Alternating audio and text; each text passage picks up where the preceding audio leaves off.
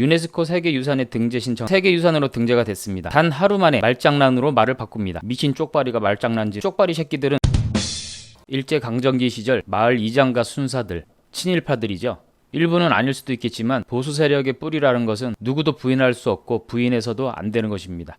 이 친일파들이 1943년에 전국에 있는 14살에서 15살 정도의 남자아이들을 어딘가로 데려갑니다. 아이들은 무서워서 도망가려고도 했지만 가족들을 괴롭힐까봐 그냥 있기로 합니다. 그리고 부산항으로 이동 후 일본의 한 섬으로 데려갑니다. 섬의 이름은 단도, 일본어로는 하시마 섬입니다.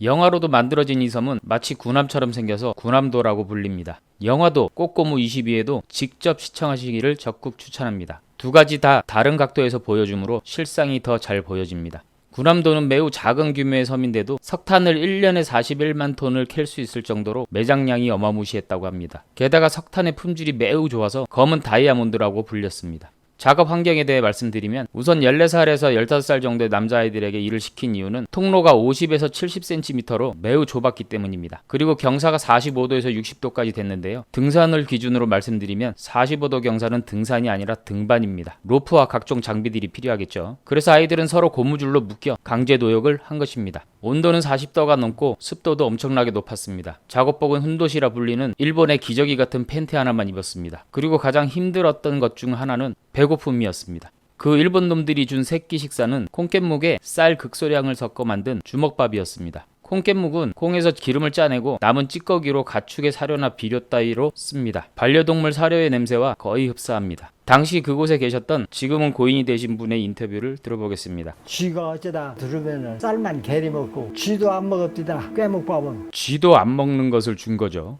탈출을 시도하다가 채찍이나 몽둥이로 살이 찢겨져 나가도록 맞았고 섬이라 탈출에 한계가 있습니다. 가장 가까운 육지도 일본 땅이니까요. 군함도에서 발견된 기록물이 있는데요. 1925년부터 1945년까지 저 세상으로 가신 분들이 무려 122명입니다. 발견된 자료만 그렇고 훨씬 더 많을 것으로 예상합니다. 이곳에서 살아나가는 유일한 방법은 다리를 자르는 것입니다. 실제로 석탄을 캐는 곳의 이동수단인 탄차에 다리를 넣은 분도 있었다고 합니다. 얼마나 견디기 힘들면 신체의 일부를 포기해서라도 나가고 싶었을까요? 저희 막내가 지금 15살 남자아이인데요. 저만한 사람들이 이런 일을 겪었다고 하니 더 화가 나고 가슴이 아픕니다.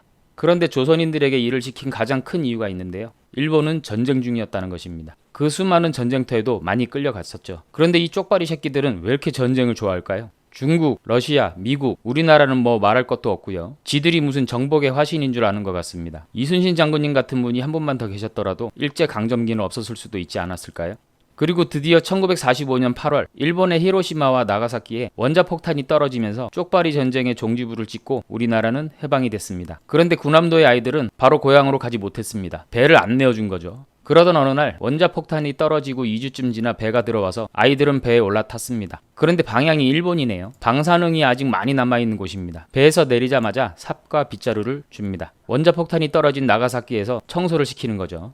그리고 얼마 후에 드디어 배를 내어주는데 작은 어선들이었습니다. 게다가 폭풍까지 불어서 많은 분들이 또 저 세상으로 가신 겁니다.